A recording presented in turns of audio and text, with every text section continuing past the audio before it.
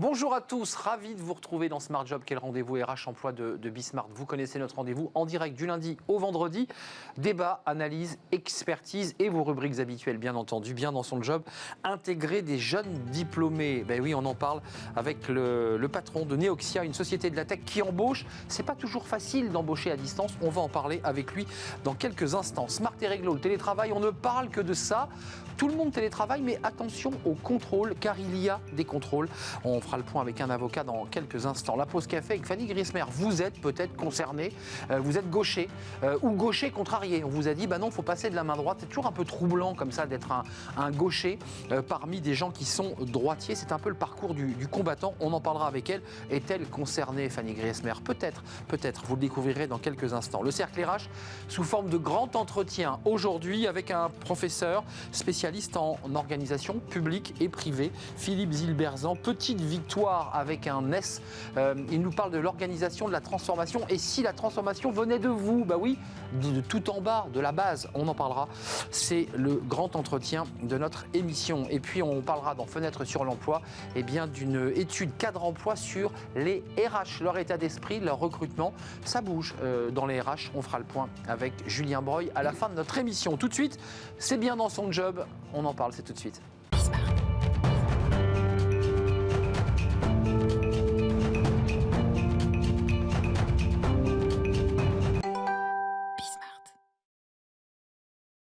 Bien dans son job avec Gilles Mergoal. Bonjour Gilles. Bonjour. Comment allez-vous? Très bien. Président de Neoxia. Alors il y a un an, au tout début de Smart Job, vous étiez venu dans notre émission nous parler de votre belle entreprise. C'est plus de 200 salariés, progression d'année en année malgré la crise, c'est intéressant. Neoxia, c'est une entreprise de la tech. En quelques mots, Neoxia, c'est quoi? Alors, Neoxia, c'est une ESN. On aide nos clients à imaginer, à construire et à opérer leurs services numériques, transformer leur métier finalement dans ce monde du digital. Et là, vous êtes au cœur de la transformation parce que vos clients demandent à vos entreprises d'accélérer. Ils veulent transformer leur modèle. Alors tout à fait, parce que cette crise sanitaire a vraiment été un révélateur, une prise de conscience de l'importance du digital pour rester connecté à ses clients, à ses collaborateurs, à ses partenaires. Et donc beaucoup de grandes entreprises lancent et accélèrent leurs projets de transformation, construisent des plateformes, exploitent de la donnée, se déploient sur le cloud, etc. Il y a trois volets. Il y a effectivement la construction de cette structure numérique, il y a les data et il y a le cloud. C'est les trois domaines sur lesquels vous intervenez et vous accélérez. Le pied sur l'accélérateur chez Neoxia, parce que vous avez combien de recrutements là pour ceux qui seraient intéressés? 30, c'est ça?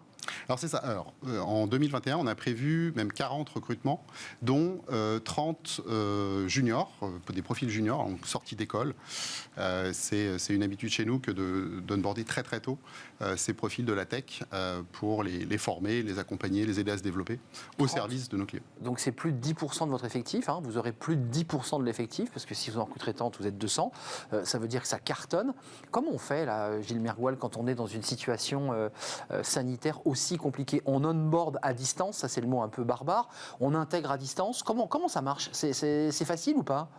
Alors c'est pas simple, et puis il faut finalement l'inventer tous les jours. On a été pris de court un peu l'année dernière, puisqu'il y a un an, le premier confinement, on avait déjà prévu l'arrivée de beaucoup de jeunes diplômés par leur stage de fin d'études, et puis ensuite l'objectif c'est de les recruter en CDI en septembre, 6 mois après.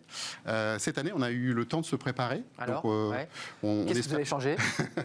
Alors déjà, on a appris à travailler à distance. Alors déjà pour l'onboarding des nouvelles recrues, mais même ça a commencé avant, puisqu'en fait nous avons cette année participé au forum virtuel des écoles. Alors que l'année précédente, nous rencontrions physiquement les candidats qui pouvaient voir un petit peu quelle tête on avait et leur donner envie de travailler avec nous. Là, c'était un peu plus difficile. On s'est adapté et en particulier on a développé cette année, d'ailleurs ce sont les équipes internes qui ont eu cette idée et qui l'ont fait, un site spécifique pour présenter qui est Neoxia un peu de l'intérieur. C'est pas le site institutionnel, c'est pas le site de recrutement. C'est quoi? C'est des prises de parole un peu directes, un peu simples? Alors tout à fait, déjà on présente nos 3 bureaux, Paris, Grenoble, Bordeaux, et puis on peut se connecter sur chacun et voir par exemple les locaux, voir des interviews des Néoxiens qui présentent leur parcours, pourquoi ils sont venus chez Neoxia, qu'est-ce qu'ils y font. Vous les appelez les Néoxiens? Les Néoxiens. C'est une galaxie en fait. Ah oui, presque. Vous êtes Néoxien, vous ne l'êtes pas quoi. C'est ça, et d'ailleurs parce que chacun poursuit son parcours après quelques années chez Neoxia. Il y a une espèce de diaspora un petit peu, hein, on se retrouve assez souvent. Hein. Il y a un esprit, bien sûr. Je suis passé par Neoxia. Tout à fait. Ça veut dire qu'il y a quoi? Il y a une marque employeur, il y a une façon de travailler. J'ai le sentiment, Gilles Mirgoual, qu'il y a cette volonté aussi, on en parlera tout à l'heure avec Philippe Zilberzan, de faire percoler par le bas, que les collaborateurs soient aussi des acteurs de la transformation. Complètement. Alors Neoxia aujourd'hui c'est une PME de 200 personnes, donc en forte croissance effectivement, 25% de croissance prévue cette année. On a fait un petit peu moins l'année dernière. Mais c'est marque employeur, oui évidemment, mais c'est surtout des valeurs qui nous fait nous rejoindre. Et il y en a 4. La première, c'est l'humilité. Hein. On est là d'abord au service de nos clients. C'est extrêmement important pour nous. Et on veut démontrer par l'action nos compétences, notre savoir-faire. La deuxième, c'est l'imagination. On est dans un monde nouveau, on invente en fait le futur. Donc cet apport à l'innovation est très important. Le troisième, c'est l'engagement. L'engagement, on travaille beaucoup en équipe, et c'est important. D'où le problème de travailler à distance en télétravail pour vous. Hein. Bien sûr. Parce que des collaborateurs jeunes se retrouvent dans leurs petits appartements. Enfin, ça pose des problèmes quand même. Ça pose de vrais problèmes. On l'a vraiment vécu l'année dernière. On commence à savoir trouver le bon équilibre entre le distanciel et le présentiel. Alors, en fonction des directives du gouvernement, on permet à nos collaborateurs de venir de temps en temps une journée, peut-être deux, enfin, en ce moment c'est plutôt moins, au bureau pour justement pouvoir se voir, partager, travailler ensemble, tout en repartant pour une petite semaine chez soi et continuer à travailler à distance. L'expérience a montré que l'efficacité, la productivité des salariés n'a pas décru, bien au contraire. J'ai tendance à dire que le travail est plus concentré quand on travaille à distance. Par contre, il faut savoir faire des pauses, il faut savoir typiquement bien équilibrer entre guillemets le perso et le pro, d'autant plus quand on est à distance. Donc il faut travailler sur les ressources humaines, non pas du contrôle, mais de l'accompagnement de vos collaborateurs qui sont jeunes. Il faut les gérer. Quelques mots avant de nous quitter, Gilles, c'est le milieu dans lequel vous évoluez est très concurrentiel. Travail en équipe, il y a des valeurs, vous les portez chez Neoxia. C'est quoi? C'est aussi la rapidité, l'efficacité, l'agilité. Comment on fait pour émerger dans un monde aussi concurrentiel quand on est une entreprise de la tech? Alors, l'agilité, oui, c'est un mot, c'est même une valeur en fait qui regroupe pas mal de choses dans le domaine de l'IT. C'est le fait de travailler avec nos clients. Nos équipes, en fait, sont des équipes pluridisciplinaires. Ils vont sur place, ils travaillent dedans. Alors, ils vont sur place où nos clients viennent chez nous. Hein, et à distance, on travaille vraiment ensemble. Hein. La relation client-fournisseur, elle s'estompe dans le cadre des projets. On crée une équipe et on intègre nos clients. On intègre des profils juniors avec des profils plus seniors. Il y a un rôle de mentorat qui se développe beaucoup. Chez nous, quand un jeune arrive, il se voit affecter ce qu'on appelle un Yoda. Bon, voilà, on est un peu dans le... Les Néoxiens, les Yoda, attention, on est dans une secte chez Gilles Mirgoual. Non, pas du tout. Et donc, c'est la personne qui va l'aider à progresser, à la fois sur ses compétences techniques, mais aussi sur les soft skills, puisque effectivement, quand on découvre le monde de l'entreprise, c'est nouveau et c'est bien de se faire accompagner. Un dernier mot avant de nous quitter. Vous visez 25% là, de progression. Oui, tout à fait. 25%, ça veut dire qu'aujourd'hui, vos clients vous disent il faut accélérer, on n'a pas le choix. Ça veut dire que dans l'incertitude, ils pensent que c'est la transformation digitale et numérique qui leur permettra d'avoir quoi, des gains et des gains de productivité et puis aussi de la rentabilité. Alors complètement, on l'a vu, on a une clientèle assez variée, mais certains sont très présents par exemple dans le e-commerce. On a vu l'importance du digital pour les commerçants en général. Donc ces clients-là investissent massivement sur ces plateformes pour créer de nouvelles expériences utilisateurs. Par exemple, relier plus intelligemment le monde du digital et le monde du physique, créer une expérience un petit peu sans couture. Tout ça est beaucoup propulsé par l'analyse de la donnée aussi.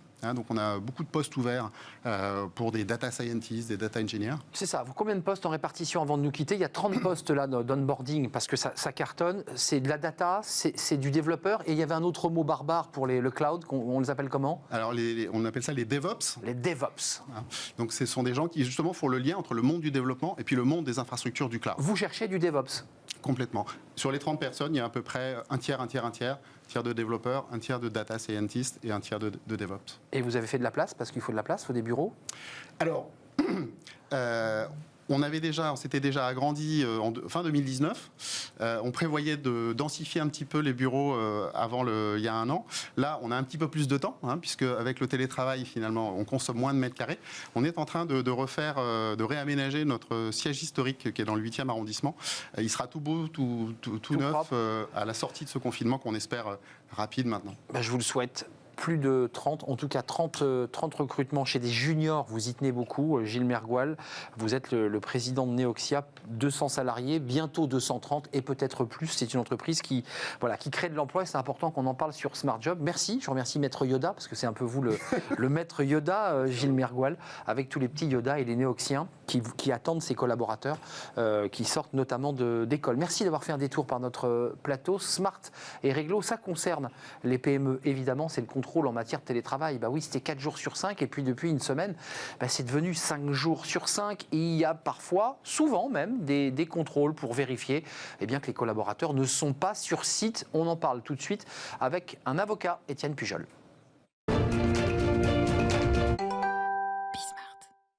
Étienne Pujol, droit social, avocat, évidemment, en droit social et en droit du travail, Berilo.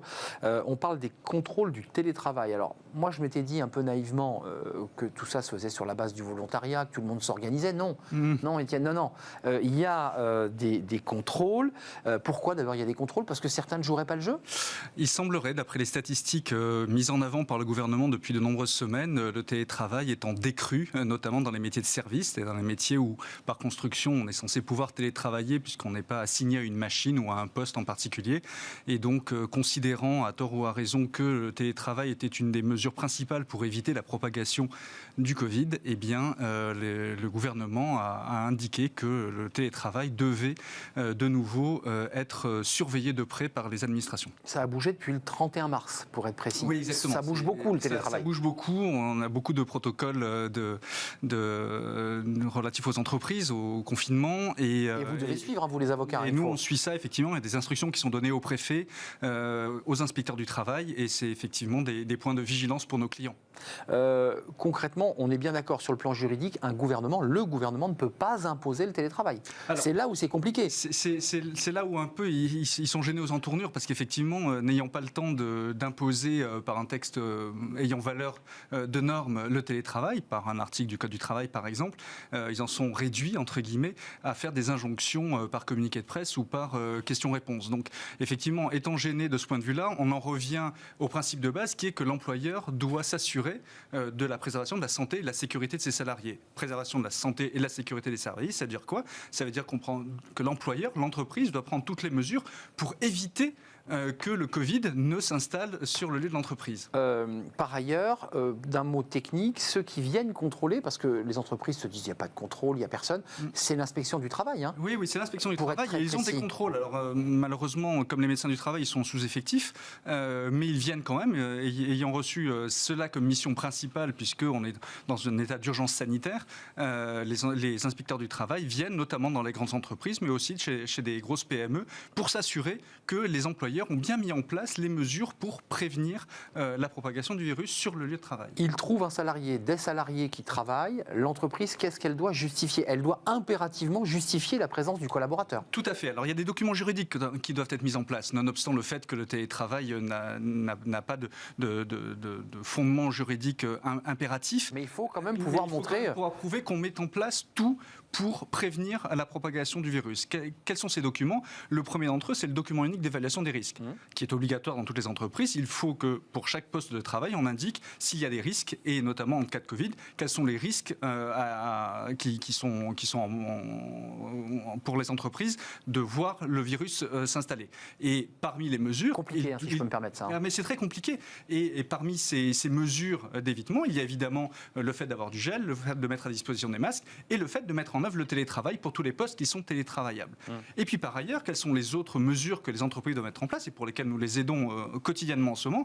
C'est les entreprises doivent mettre en place un plan d'action pour imposer, ou en tout cas pour vulgariser le télétravail. Éléments concrets. Éléments concrets, exactement. Avec les partenaires sociaux, avec le CSE, on détermine les postes qui sont télétravaillables et les postes qui ne le sont pas. Et parmi les postes télétravaillables, les titulaires des postes qui doivent télétravailler, tout en s'assurant souvent, et c'est l'autre penchant pour lequel il y a une problématique, que les salariés qui sont en télétravail total ou à 4 jours sur 5 ne courent pas un autre risque de santé pour eux, qui est la santé mentale. On l'a beaucoup évoqué, c'est la question des travailleurs qui sont chez eux, qui sont confinés chez eux, certains depuis plus d'1 an maintenant, qui ne voient pas grand monde par construction sur le lieu de travail puisqu'ils n'y vont pas, qui ne voient pas grand monde non plus en dehors, et qui sont en souffrance du fait du télétravail. Et ça aussi, l'employeur, c'est très important, doit s'en préoccuper parce que c'est sa responsabilité. Mais vous, l'avocat, vous dites à un employeur qu'il est finalement entre deux cymbales. Il doit à la fois l'empêcher, je mets des guillemets, d'aller sur son site de travail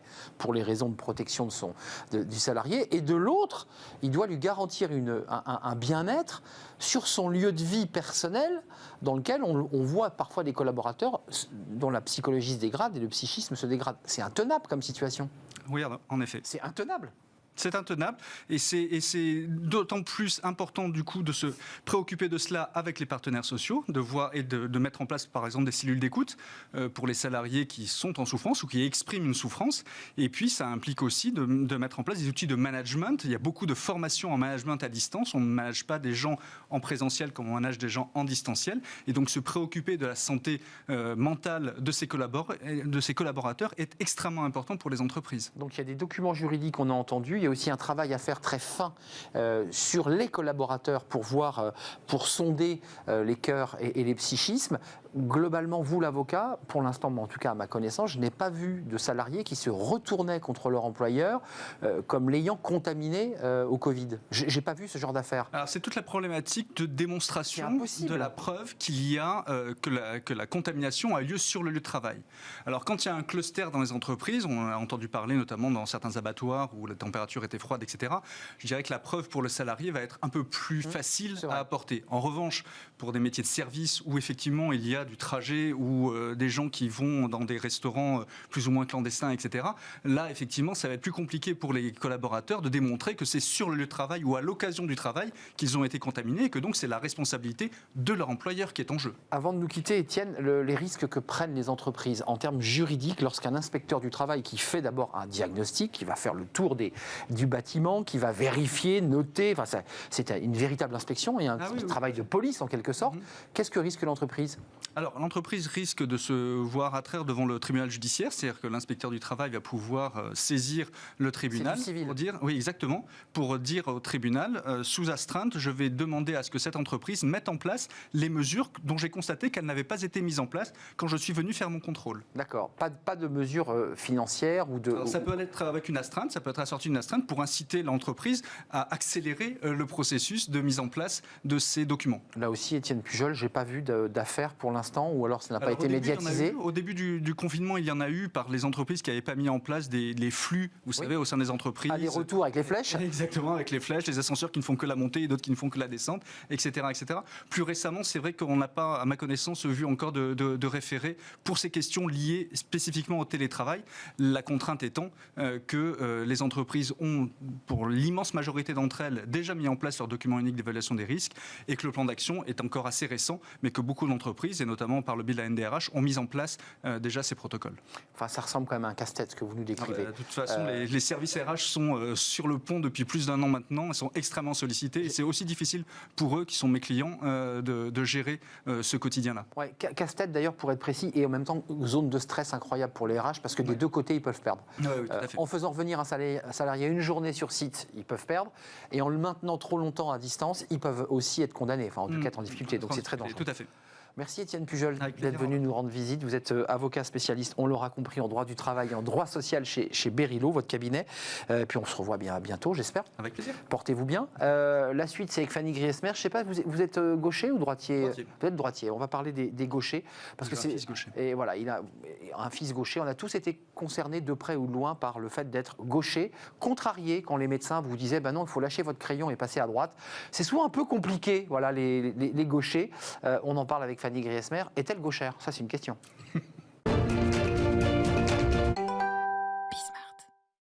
Bonjour Fanny Griesmer. Bonjour Arnaud. Comment ça va? Très bien, et vous? Les gauchers. Ah, là, oui. Les gauchers à l'école, les gauchers en entreprise, et puis les gauchers célèbres. Parce Et que dans la vie de tous les jours, j'ai envie de vous vous dire. êtes un peu poussé du col aujourd'hui parce que vous vous êtes mis dans une liste de célébrités absolues.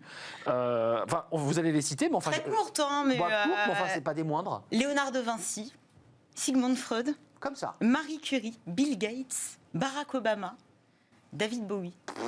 Très éclectique. Hein. Et vous vous sentez bien avec eux, finalement, vous êtes gauchère. Moi, je me sens bien avec eux, oui. Ça m'inspire, pour le coup. Il y a quand même ce rapport au gaucher, d'abord, ce mot utilisé dans le vocabulaire, il est gauche. Totalement connoté de maladresse. Voilà, et totalement subjectif et mal vu. Vous êtes gauchère. C'est quoi? C'est un défaut? C'est considéré comme un défaut? Ça a longtemps été considéré comme un défaut. Alors, défaut, c'est gentil. Hein. C'était plutôt un peu la main maudite, hein, Ouais. celle qu'il ne fallait absolument pas utiliser. Alors, les gauchers représenteraient à peu près 13% de la population française, une minorité, hein, donc. Mais en réalité, ce nombre aurait plutôt tendance à augmenter parce que justement, la perception et la vision des gauchers a aussi changé. Et puis, comme vous le disiez, hein, il y a aussi ce côté de la main qu'on n'osait pas l'utiliser en fait. Hein, La main du cœur. Cette main cachée, la main du cœur, exactement. Alors, un défaut, c'est peu dire, hein, c'est vrai que pendant des siècles en France et encore aujourd'hui dans certains pays, la main gauche est quasiment maudite, tout comme les gauchers. À l'école, combien d'enfants se sont vus empêchés d'utiliser leur main gauche à la maison comme à l'école pour tenir sa cuillère ou pour tenir son stylo? Écrire, c'est avec la main droite. C'est elle et elle seule qu'il faut alors utiliser. Alors, parmi ces gauchers dits contrariés, certains évoquent des méthodes très dures, hein. La main attachée dans le dos pour ne pas être tenté de l'utiliser. Ça peut être aussi des réprimandes, hein, des brimades et humiliations en tout genre.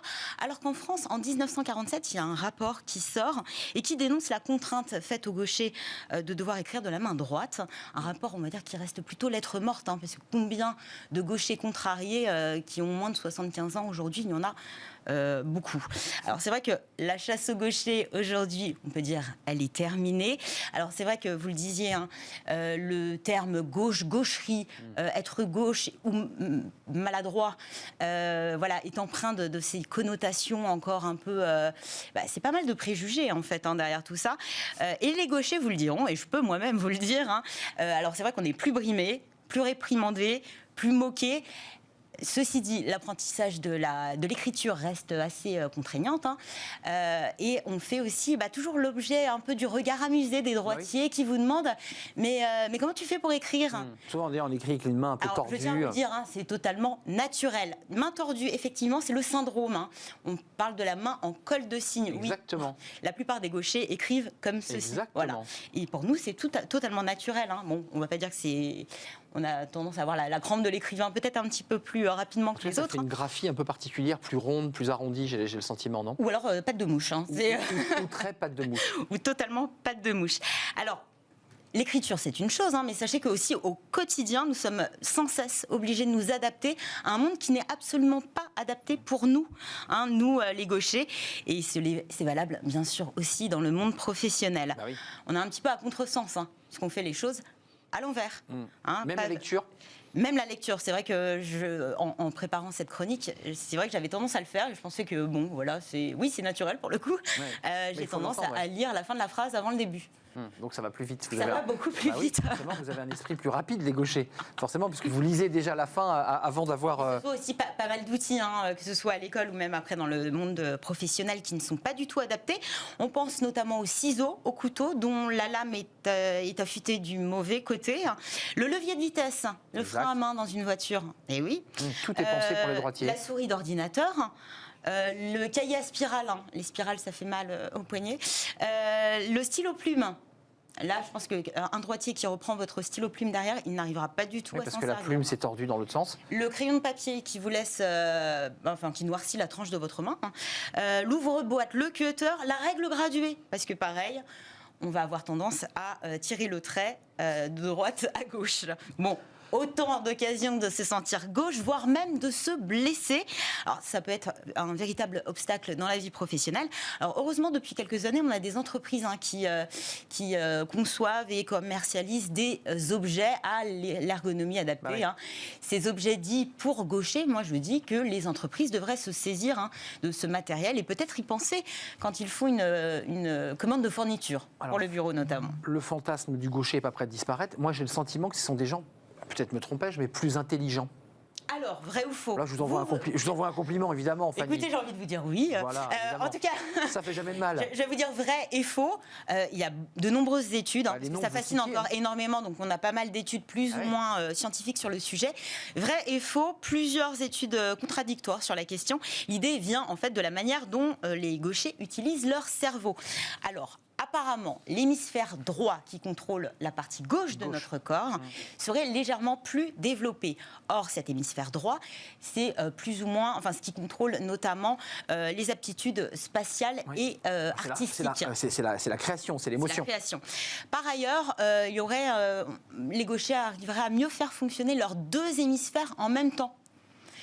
Une information qui irait beaucoup plus vite dans le cerveau, d'où cette tendance à dire qu'on est plus créatif, plus intelligent. Ce serait des différences cérébrales, en tout cas qui nous donneraient des aptitudes voilà, des prédispositions non négligeables concernant notamment les domaines artistiques et créatifs. Et sportifs, puisque moi ça me concerne. Alors là, c'est plutôt vrai. Justement, je voulais avoir... Les gauchers, c'est injouable. Alors, les droitiers ne courent pas forcément moins vite ça n'a rien à voir. moins habiles, Non. mais les gauchers surprennent plus facilement que les droitiers.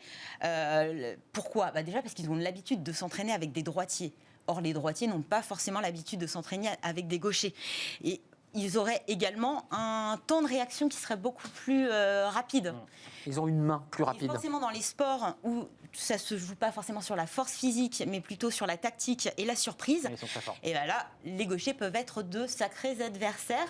Alors, on pense à la boxe, à l'escrime, au tennis. Et je voulais vous demander votre avis. Oui, avant de nous Est-ce quitter. qu'un gaucher aurait tendance à vous décontenancer ? Ah oui, un gaucher, c'est injouable. Un gaucher est dur à jouer. Voilà, ça joue vite, et ce sont des gens qui ont une pensée différente des droitiers. Donc il faut s'accrocher quand on joue des gauchers et changer tout son plan tactique, évidemment, à chaque match. Surtout quand c'est un gaucher. Fanny, c'était un plaisir. Vous êtes donc gauchère, on l'aura compris. Et vous êtes restée gauchère. Oui, mais je me suis adaptée au monde des droitiers. Ce n'est pas le cas de ma maman, qui est gauchère contrariée et à qui je souhaite un très joyeux anniversaire. On en est aux dédicaces, profitons-en. Voilà. On salue la maman de Fanny qui nous regarde et dont c'est l'anniversaire et qui est gauchère. Et qui est gauchère contrariée. Contrariée, voilà. Elle a une petite émotion devant le poste, j'en suis sûr. Oui, alors là, c'est sûr. On fait une petite pause, Fanny. Merci, c'était un plaisir. Être gaucher, c'est pas toujours simple, mais enfin, il faut assumer après tout. Il faut s'assumer comme gaucher. Ah oui, on est fiers d'être gaucher. Exactement, fier d'être gaucher. Moi qui suis droitier. On fait une courte pause et on va s'intéresser avec Philippe Zilberzan aux organisations. Alors ça paraît un peu barbare, mais il a écrit un livre passionnant. C'est un professeur truculent, qui a beaucoup d'idées, qui ne mâche pas ses mots non plus et qui nous parle de la transformation de nos organisations. Comment on peut faire ça vient d'en haut ou ça vient d'en bas? On va y répondre dans quelques instants. Il sort un livre, il va tout nous dire. Une courte page de publicité et tout de suite, et dans quelques instants, le grand entretien.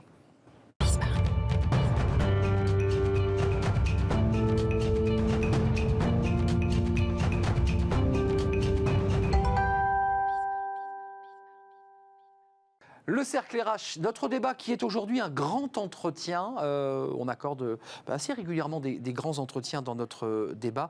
On accueille aujourd'hui Philippe Zilberzan. Bonjour Philippe. Bonjour. C'est un plaisir de vous accueillir sur ce plateau. Alors, vous êtes connu du monde de l'entreprise, de l'entrepreneuriat. Vous êtes, je vous situe, professeur associé en stratégie et organisation chez M. Lyon Business School. Vous êtes intervenant à HEC Paris, au CEDEP, c'est à Fontainebleau, et puis auteur de 8 livres. 8 livres, c'est le 8e. Oui. Je le présente parce que d'abord, on va en parler évidemment de ce livre, on va parler de la couverture, parce que vous êtes un garçon assez rieur finalement, assez joueur. Regardez la couverture de ce livre, vous allez me dire, regardez, et j'aimerais savoir ce que vous en pensiez. Si on pouvait être dans l'interactivité, vous réagiriez immédiatement sur Internet. Voilà, petite victoire, point levé, sorte de soleil. On a l'impression que c'est une couverture qui a été faite en Russie, en URSS. Et si la transformation du monde commençait par vous, chez Diathéno, qui est votre éditeur, ça c'est le livre de Philippe Zilberzan. Un mot quand même, et plusieurs sur cette couve. Vous êtes un peu provocateur là. Oui, alors Le point levé, c'est un livre sur le syndicalisme, sur la radicalité? Alors non, c'est un livre sur la transformation, donc comment transformer en profondeur un collectif, donc une organisation, une société, tout collectif. Mais alors, je ne suis pas l'auteur de la couverture, mon éditeur s'est un peu amusé, je l'ai un peu suggéré, mais... Vous l'avez validé? Bien sûr, oui, non, bien sûr, je la trouve, enfin, moi je l'aime beaucoup. Qu'est-ce qu'elle dit, cette couverture-là? Alors, il y a évidemment une allusion, le message, c'est de dire on peut changer le monde. Ça a toujours été un souhait profond et ce qu'on vit en ce moment, évidemment, appelle à beaucoup de changements.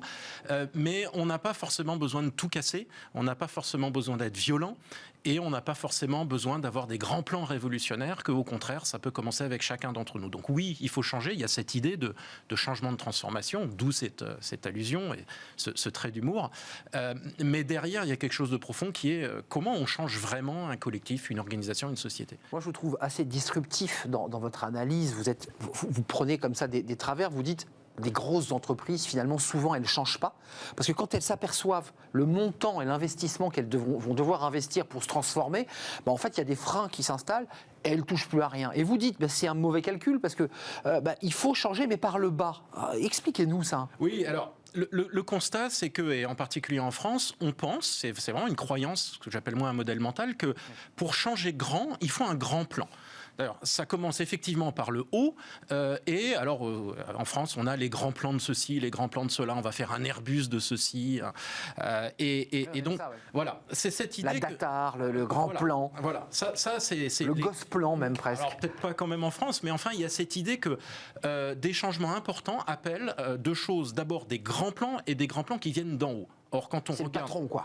Voilà. Et donc, du coup, on va chercher un patron, effectivement, un leader. Là, on va être en campagne présidentielle et on se dit, voilà, que va nous proposer le leader pour changer? Oui, c'est vrai dans l'entreprise, c'est vrai en politique. Absolument. C'est le grand maître, le grand Manitou qui a la pensée magique et qui va tout transformer. Voilà. On a cette attente-là, enfin, beaucoup de gens ont cette attente-là, un grand leader qui va faire un changement. Or, quand on regarde comment le monde a évolué depuis très longtemps, et moi, je travaille surtout dans le monde de l'industrie, donc quand on regarde la révolution industrielle, on s'aperçoit que il y a eu des très grands changements, mais que ces grands changements, en fait, ont été le produit de ce que moi j'appelle des petites victoires, des petites actions, qui au bout d'un moment se sont cumulées, combinées, pour donner de grands changements. Donc petit ne s'oppose pas à grand, en fait.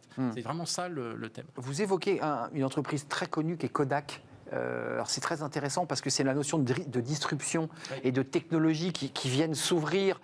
Et Kodak a disparu. Expliquez-nous, qu'est-ce qui s'est passé? Parce qu'ils ont quand même un peu anticipé l'affaire. Ils ont fait ce qu'il fallait. C'est un cas d'école. Mais c'est incroyable. Absolument. Alors Kodak, effectivement, meurt du digital. Des pellicules, hein, Kodak. Voilà, fait des pellicules. Dans le monde numérique, il n'y a plus de pellicules. Donc évidemment, c'est très problématique. Ça, ils le sentent?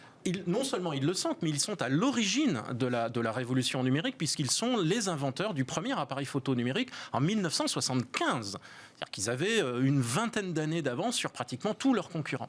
Donc ils savent que le futur est au numérique. Le seul problème, c'est qu'ils gagnent de l'argent avec des pellicules. Donc moi, je dis toujours que les dindes ne votent pas pour Noël, c'est-à-dire que ça n'est pas leur intérêt que l'avènement du numérique arrive. Et donc ils vont avoir ce que beaucoup d'entreprises ont... Tenaillés, en fait. Tiraillés. Exactement. C'est-à-dire, d'un côté, ils savent que le futur, c'est le numérique, donc ils mettent des pions, ils investissent, etc.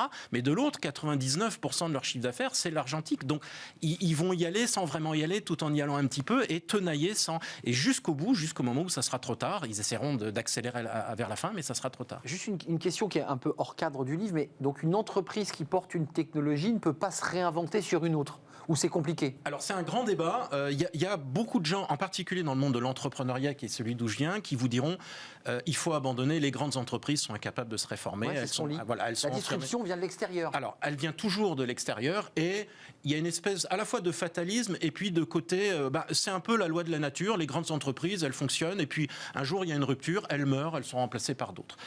C'est très puissant dans le monde de l'entrepreneuriat. Moi je souscris pas à ça. Je pense que toute organisation peut se réformer, se transformer.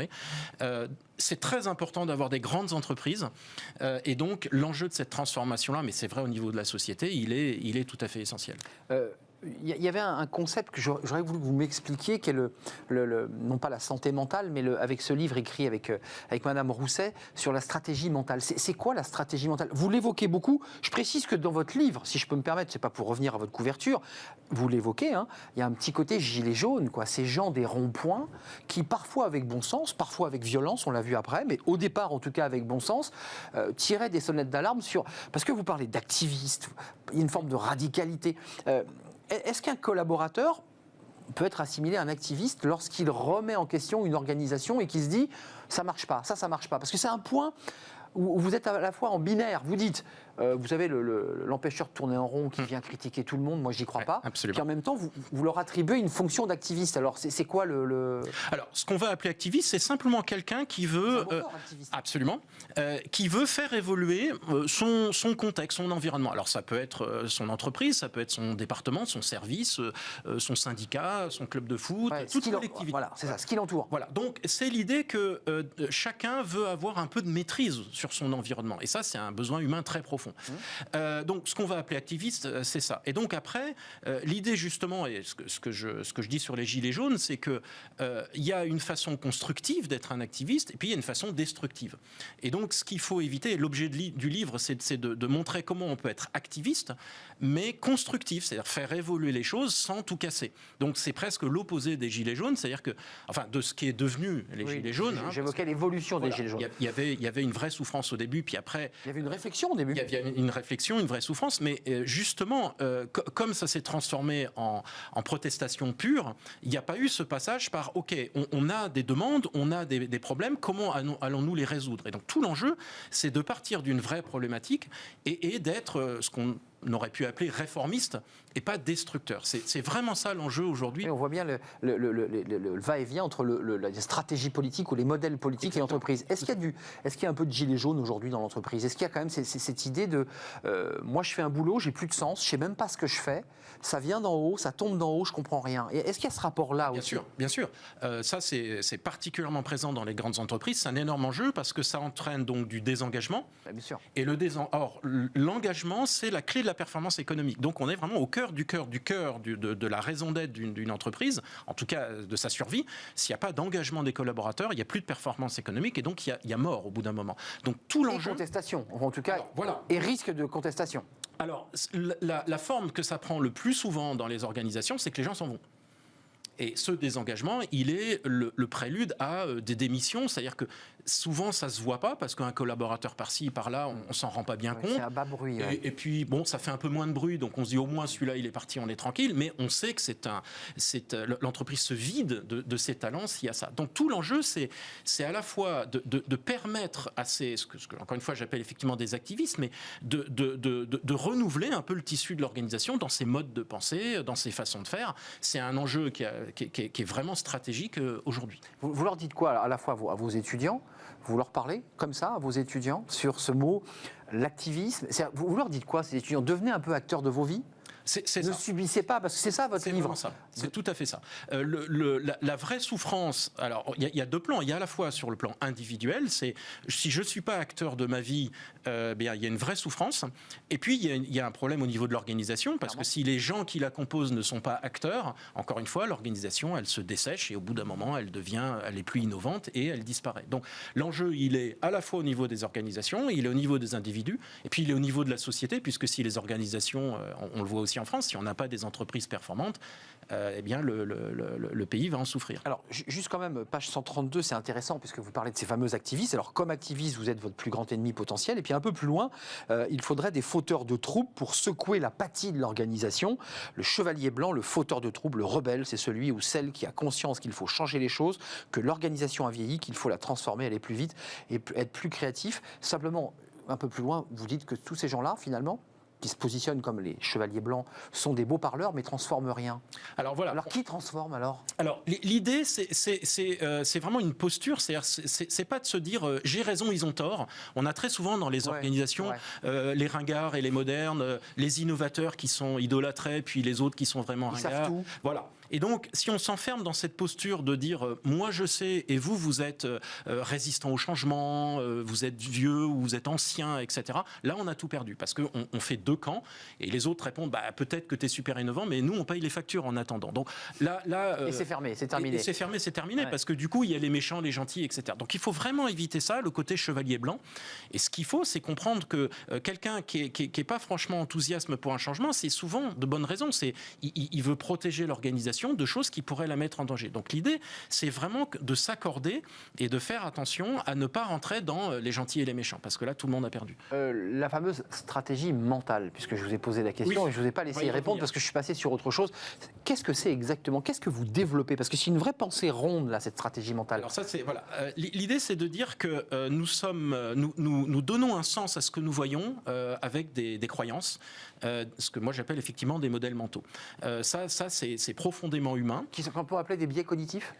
Le biais cognitif va être une dérive de ça. Les modèles mentaux sont toujours très personnels. Les miens ne sont pas les mêmes que les vôtres. C'est votre culture, c'est votre parcours. Exactement, c'est issu du parcours, de la culture, etc. Donc ça donne une singularité, c'est ce qui fait que chaque individu est unique. Ces modèles mentaux, ils sont individuels, ce que je crois sur le monde, sur mon organisation, sur la société, etc. Mais ils sont également collectifs, c'est-à-dire ce que à Besmart on croit sur le monde, ce que chez Renault on croit sur le monde, etc. Donc une organisation, le fondement d'une organisation, c'est un ensemble de croyances. Et l'intérêt, c'est que c'est sur ces croyances-là qu'on va pouvoir agir si on veut changer l'organisation. Donc c'est ça la clé du modèle mental. C'est pas aller contre, c'est dire voilà, aujourd'hui nous croyons ceci sur nos clients, ceci sur nos fournisseurs, ceci sur la réglementation, ceci sur les concurrents, etc. Mais dans une période de rupture, peut-être que ça change, et donc il faut revisiter tout ça. Sinon, en quelque sorte, nos croyances nous envoient ici, alors que le monde va par là. Donc ça veut dire quoi? Ça veut dire qu'il faut être accompagné par qui pour porter? Alors par Philippe Zilberzan, probablement, évidemment, mais il y a un accompagnement qui est finalement assez excentré du corporate. Là, il faut quand même quelqu'un qui vous fasse regarder l'entreprise vraiment très en hauteur. Alors oui, voilà, il y a ce qu'avec ma co-auteure Béatrice Rousset, on appelle un pas de côté, que normalement, avec un peu d'entraînement, on peut tous apprendre à faire. Mais c'est vraiment l'idée de dire, face à une situation, de se dire, qu'est-ce que je me dis? D'être capable de dire, attention, si je réagis trop vite, peut-être que je crois ça, mais en fait, on a tous reçu un mail un peu désagréable en se disant, ah, et puis du coup, on se dit, l'autre est une ordure, etc. Alors qu'en fait, il ou elle l'a envoyé pour une raison qui n'est pas du tout celle qu'on pensait. C'est vrai. Voilà. Donc l'idée, c'est sur cet exemple un peu trivial, c'est-à-dire, voilà, je reçois ce mail, ma réaction première, c'est de dire, bon, c'est un imbécile. Est-ce que je ne peux pas avoir une deuxième réaction et me dire qu'en fait, il y a une incompréhension et ce n'était pas du tout ça. Donc c'est ce pas de côté qu'on peut généraliser, que l'organisation peut faire en disant, voilà, quelles sont nos croyances sur nos clients, nos concurrents, nos fournisseurs, et est-ce que certaines de ces croyances ne sont pas devenues un peu obsolètes? Donc faire un travail vraiment sur soi-même et un travail de psychologie avec ce pas de côté qui permet de regarder une situation différemment. Ce livre, vous l'avez écit, j'imagine, un tout petit peu avant le Covid, et il sort en pleine période Covid, c'est-à-dire que c'est un livre qui était en gestation. Vous auriez rajouté un chapitre avec la crise Covid ou vous ne retirez pas un mot? Il est en plein dedans, en fait. En l'occurrence, je l'ai écrit en juillet. D'accord, donc en plein dedans. Voilà, et je travaille encore avec des organisations qui étaient directement impactées par le Covid. Qui vous a donné de l'inspiration, de fait. Exactement. Et surtout de travailler sur un paradoxe, c'est qu'on a une forme d'exaltation pendant cette période, c'est-à-dire que c'est un peu la guerre, etc. Et donc, clairement, moi j'avais des managers, par exemple, j'ai pas mal travaillé avec des supermarchés, ils m'expliquaient qu'avec des grands sourires et des yeux brillants, qu'ils étaient retournés dans les entrepôts à 5h du matin, comme au bon vieux temps. Les tranchées, quoi. Les tranchées, voilà. Donc il y a le côté un peu exaltation. Excitation, parce que c'est... Bien sûr, parce qu'on a retouché le réel. Hein, les camions à 5h du matin, c'est du tangible. Il y a un manager qui me disait, nous, on était une armée qui se levait à 5h du matin pour nourrir la France. Donc il y avait quand même... ça, c'est de l'engagement. Voilà, là, il y a un vrai engagement très profond qui est à la fois pour l'organisation, parce qu'elle va gagner de l'argent, mais en même temps pour nourrir les gens. Donc il y avait ça. Et donc, et puis après, il y a eu la crainte que tout ça se referme et qu'une fois que la crise serait passée, on reviendrait au modèle d'avant. Et ça, il y avait vraiment un souhait de se dire non, il ne faut pas rater cette occasion de se transformer. Et la question, c'était quel rôle je peux jouer moi, comme collaborateur de l'organisation, pour ne pas laisser passer cette chance qu'on a eue, en fait. Mais Philippe Zilberzan, il y a ce livre que vous écrivez en juillet avec des contacts. J'ai eu une petite note sur un blog où vous parlez du télétravail. Je voudrais qu'on en dise un petit mot, parce que dans ces étapes, il y a plein de questions que se posent aujourd'hui les dirigeants et ceux qui gravitent autour des entreprises.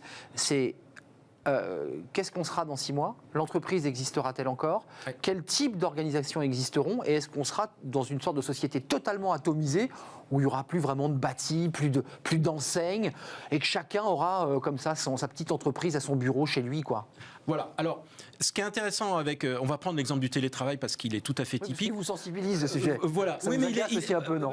Non, parce Non qu'il est très illustratif à la fois de la complexité du sujet et du danger, comme on a pu le faire à un moment donné, de le considérer sur le plan purement technique. C'est-à-dire que maintenant on a Zoom, les gens ont une connexion Internet, donc ça y est, tout le monde en télétravail. C'est une conception un peu naïve de ce qu'est le travail. Le travail, c'est le cœur du collectif, donc de la création de valeur au sens le plus large. Et donc on ne peut pas poser l'un sans l'autre, en fait. Donc, avec la Covid, qu'est-ce qu'on observe? On sait qu'on ne pourra pas revenir au monde d'avant. Mais on sait que le monde d'après, il est largement illusoire et on est condamné, moi je pense que c'est plutôt une bonne chose, au monde d'aujourd'hui. Donc il faut vivre notre présent, il faut le construire là. Voilà, il faut penser le présent. Et déjà, c'est Parce pas qu'empêcher de penser l'avenir. Alors non, c'est parce que si on pense l'avenir comme un idéal, on va tous raconter des belles histoires. On en a eu pas mal l'année dernière, à peu près à cette époque-là. Ça sera déceptif. Voilà, ce que vous disiez, hein, le monde sera ceci, le monde sera cela, etc. La réalité, c'est que l'enjeu, c'est de nouveau ici et maintenant. Que pouvons-nous faire pour nous préparer pour les prochaines années? Donc le télétravail est un très bon exemple. Ça pose la question du travail.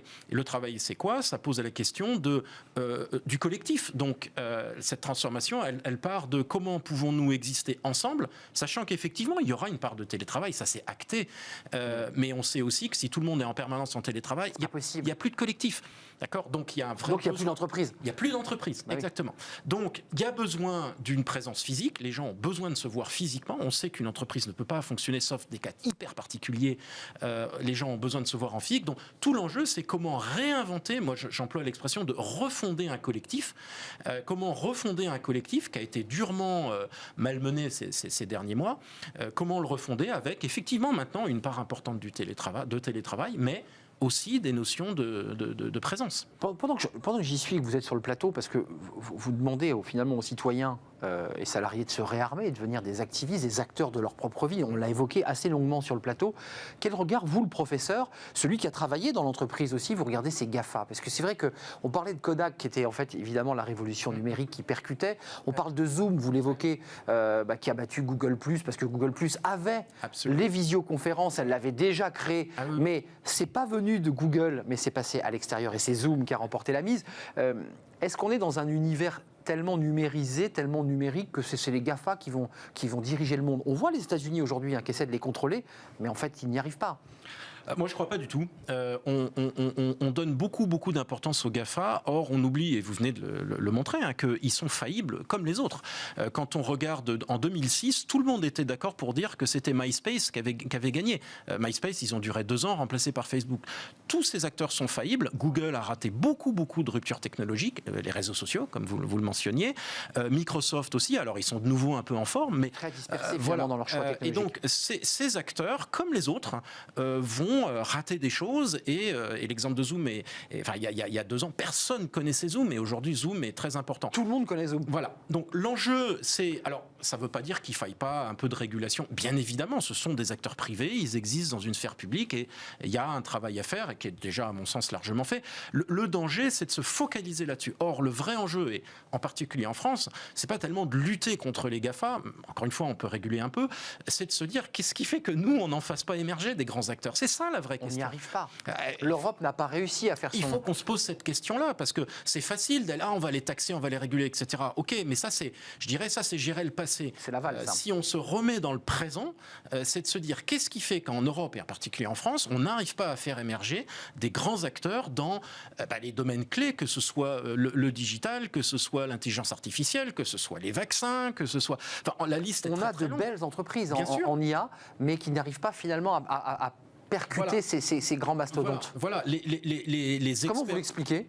C'est des guerres de guerre de chapelle, c'est des guerres d'ego. Un vieux sujet sur qu'est-ce qui fait que là où on a beaucoup fait de progrès ces 20 dernières années, c'est qu'on a maintenant un tissu de start-up. Ça n'existait pas il y a 20 ans. Donc il y a eu un énorme travail de fait par le tissu entrepreneurial, que ce soit des investisseurs ou des start-upers. Le seul problème, c'est qu'elles n'arrivent pas à passer à l'échelle. Il y a des raisons financières, il y a des raisons de réglementation, des raisons de fiscalité, et de fait, on bloque aujourd'hui des petites start-up qui vont aller se financer à l'extérieur. On l'a encore vu récemment dans le domaine des vaccins. Petite victoire avec un MES, voilà. Et on a eu un travail aussi sur la psychologie avec vous, Philippe Zilberzan, c'est travailler sur votre présent. Voilà, on construit aussi notre avenir dans la réalité et dans le présent, que de se penser un avenir radieux qui, en général, n'arrive jamais tel qu'on l'a imaginé. C'est le propre de la vie, d'ailleurs. Et si la transformation du monde commençait par vous, avec ce point levé, une espèce de soleil radieux qui entoure ce titre, c'était votre éditeur, mais enfin, vous l'avez évidemment validé. Lisez ce livre, c'est un livre passionnant, très riche, très cultivé. On y apprend plein de choses, notamment sur Kodak. Et je parlais de Google, vous évoquez aussi Google, qui est faillible, dites-vous. Google est faillible. Merci Philippe Zilberzan. Vous revenez quand vous le souhaitez dans notre émission Smart Job. C'était un plaisir de vous accueillir. Vous allez peut-être rester avec moi parce que, ou je ne sais pas d'ailleurs si Julien Breuil est avec nous, mais on va s'intéresser à une étude de cadre emploi sur bien les DRH d'entreprises de plus de 100 salariés. Dans quel état d'esprit ils sont? Est-ce qu'on recrute ou pas? Voilà, ça c'est une vraie question très concrète et on en parle. C'est Fenêtre sur l'emploi.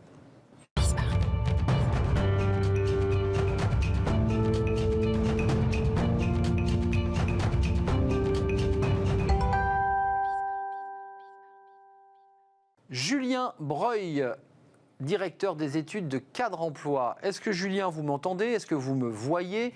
Est-ce que vous êtes là, Julien? Et peut-être. Je vous entends très bien, Arnaud. Oui, alors on vous voit, on va vous entendre. Comment on vit tout ça? J'allais dire basiquement à distance, mais... Julien. là, je vous entends un peu. Non, mais à distance, mais effectivement, maintenant, vous parliez de Zoom tout à l'heure et de tous ces outils technologiques. On voit quand même qu'on arrive à faire aujourd'hui des réunions finalement à distance, sans avoir trop de perdition dans la qualité, même si forcément il y a une notion, j'allais dire, qui est un peu différente en termes de relations, mais en tout cas, on arrive à faire des choses de manière assez efficace. C'est vrai. Et d'ailleurs, on fait même des émissions de télévision en partie, en kit, avec vous, à distance, vous et votre barbe, bien fournie, 99 DG d'entreprises de 10 à 99 salariés, 306 DRH d'entreprises de plus de 100 salariés, Julien, c'est intéressant. C'est le niveau de confiance des décideurs RH, il reste élevé quand même, c'est quand même très intéressant ça d'ailleurs. Alors, il reste élevé, c'est une bonne nouvelle. La deuxième bonne nouvelle, c'est qu'effectivement, vous l'avez dit tout à l'heure, habituellement, je parle au nom de cadre emploi, et c'est vrai par rapport au recrutement des cadres. Là, effectivement, on a interrogé l'ensemble des décideurs RH qui nous ont donné un peu leur avis sur leur état d'esprit, leurs enjeux pour 2020, mais également les perspectives de recrutement. Et en fait, ils s'avèrent relativement confiants, même très confiants, parce que 85% d'entre eux sont confiants par rapport à, j'allais dire, leur entreprise. Et on le sait, la confiance est un indicateur qui est plutôt, j'allais dire, avancé par rapport à des potentielles perspectives de recrutement ou en tout cas à un certain maintien des effectifs. Et une partie considère que c'est stable. On est d'accord, Julien? Oui, tout à fait. En fait, 61% d'entre eux considèrent que les recrutements sont stables. Alors, certes, par rapport à l'année dernière, donc on sait que l'année dernière n'est pas une année, j'allais dire, exceptionnelle sur le front des recrutements, mais dans le même temps, on a 76% des entreprises qui considèrent que leurs effectifs vont rester stables. Donc elles vont certes recruter, elles peuvent être amenées à licencier, mais en tout cas, il n'y aura pas de diminution des effectifs. Bon, on voit aussi qu'effectivement, même si la dynamique, j'allais dire économique au niveau des entreprises n'est pas encore revenue à celle d'avant-crise, loin de là, mais finalement la perte d'activité reste relativement faible, on est à moins 5% selon les indicateurs notamment menés par l'INSEE, donc il y a quand même une activité économique qui continue, avec certains secteurs d'activité qui se sentent mieux que d'autres, bien évidemment, ça on s'en doute. Évidemment, Julien, c'est intéressant parce que on l'évoquait au début de notre émission avec Neoxia qui va recruter 30 jeunes développeurs informatiques dans la tech. Là, les décideurs RH qui souhaitent conserver leur talent et ils portent une attention particulière à leur recrutement. Ça aussi, c'est plutôt, on dit que l'économie c'est la confiance, c'est aussi un élément de confiance, ça. Alors c'est un vrai élément de confiance, c'est vrai que quand je suis intervenu plusieurs fois dans vos émissions, on s'était aperçu que bah voilà, les jeunes diplômés, on le sait par rapport à ce marché de l'emploi, c'est souvent, malheureusement, une variable d'ajustement. Là, pour le coup, les décideurs RH semblent être plutôt confiants, entre guillemets, d'abord sur la capacité à recruter et à fidéliser leurs talents, mais en même temps vont se pencher et vont porter une attention particulière sur le recrutement des jeunes diplômés, en tout cas des moins de 25 ans. Ils sont 65% d'entre eux à nous dire « oui, je vais recruter des jeunes diplômés ». Alors, on note un écart entre les RH et les dirigeants. Alors, sachant que les dirigeants ont plutôt été interrogés dans le cadre de petites structures. Donc, ce qu'on peut supposer, c'est qu'effectivement, il y aura sans doute moins de recrutement de jeunes diplômés dans les TPE ou dans les PME et un peu plus dans les ETI et les grandes entreprises. Mais en tout cas, il y a une volonté de recruter des jeunes diplômés et c'est plutôt un signal positif et un indicateur de confiance. Ouais, il faut préciser qu'un jeune, une solution avec les alternants a plutôt cartonné puisqu'on atteint les 480 000, près de 500 000. Donc c'était un dispositif, on n'est pas dans des jeunes diplômés, c'est un dispositif qui a plutôt bien marché. Dernier point, Julien, avant de nous quitter, ils ont quand même plusieurs enjeux, ces décideurs et ces RH, dans le contexte, puisqu'on l'évoquait tout à l'heure avec Philippe Zilberzan. Il y a le télétravail, il y a le onboarding, tout se fait à distance, les organisations sont atomisées. Ça bouge beaucoup quand même. Oui, ça bouge énormément. Bon, ça, c'est certain que les fonctions RH ont été énormément sollicitées par ce contexte de crise qui continue. Alors, ce qu'on s'aperçoit, c'est qu'effectivement, il y a des indicateurs positifs. On l'a vu, le niveau de confiance. On voit quand même que dans les principaux enjeux, le premier reste de... Ah, et ben voilà. C'était beau, c'était magnifique. Vous avez vu Philippe Zilberzan, c'était magnifique. On s'est dit que tout marchait bien au début, que grâce à la technologie, et patatras. Julien, on vous retrouve, vous avez été bloqué, ou alors vous nous avez mis le logiciel de Fanny Griesmer pour partir, pour quitter la réunion. C'est peut-être ça le truc. Non, alors je n'ai pas voulu quitter la réunion. C'est vrai que c'était pour le coup, non, juste pour dire qu'effectivement, dans les principaux enjeux, il y en avait un qui était quand même malgré tout de sauvegarder l'emploi. Donc ça veut dire que malgré les indicateurs positifs, la situation reste encore fragile, puisque 20% des décideurs RH donnent ce point, en tout cas, comme primordial dans l'année 2021. Au-delà de ça, on voit que les notions de qualité de vie au travail, de culture d'entreprise, notamment à l'ère du distanciel, doivent être renforcées. En tout cas, ce sont des enjeux sur lesquels les RH portent une attention particulière. Et bien sûr, dans un contexte sanitaire que l'on connaît, la sécurité des salariés dans l'entreprise reste également un critère important. Donc, il y a des améliorations, mais il y a énormément d'enjeux d'un point de vue humain, soit autour de la qualité de vie au travail, soit bien évidemment autour de l'emploi de manière plus précise. Merci pour cette étude passionnante qui sort un peu des sentiers battus de ce qu'on a pu traiter ensemble, Julien, sur le ressenti des décideurs et des RH. Et puis quand même, il faut préciser, Julien, qu'on n'est pas sorti de cette crise Covid parce que les derniers items montrent bien qu'on est au cœur de ces inquiétudes. Vous êtes d'accord, Philippe Zilberzan ? On nous vend l'idée que c'est bientôt la sortie du tunnel, mais on est vraiment les pieds dedans, quoi. Oui, c'est d'avoir découpé entre avant et après. On est pendant et c'est un long pendant. Même si, on l'a vu, si les vaccins sont là, etc., non seulement la sortie je dirais, de la crise sanitaire va être longue. C'est pas jour-nuit, hein, c'est très lent. Voilà. Et puis derrière, ça a été très bien dit par Julien, il y a plein de conséquences. On ne reviendra pas au monde d'avant. Et on construit ce qui va se passer au fur et à mesure. Et là, sur cet enseignement RH, c'est tout à fait typique. Ouais. Donc des RH en première ligne et une dynamique emploi, notamment dans les grands groupes, parce qu'ils ont évidemment une solidité, une visibilité, une trésorerie, évidemment une capacité à pouvoir... Merci Julien Breuil d'être venu nous rendre visite. Ça faisait longtemps que nous étions vus. Directeur des études de cadre emploi. À très très bientôt. Portez-vous bien Julien. Je remercie évidemment toute l'équipe. Je remercie Philippe Zilberzan de m'avoir accompagné jusqu'au bout. C'était une petite victoire pour moi, sans S évidemment. Vous, votre livre, c'est Petite Victoire avec un S. Merci à toute l'équipe, Fanny Griesmer que je cite beaucoup. Merci à Pauline Gratel. Merci à Margot pour l'accueil invité. Merci à Kenny Kettelbach pour la réalisation et merci à notre ingénieur du son pour ce son de très grande qualité. C'était un plaisir d'être avec vous. Je vous retrouve demain en direct. Ben oui, 10h évidemment. Venez nous rejoindre, c'est Smart Job. Je serai là pour de nouvelles aventures. Bye bye.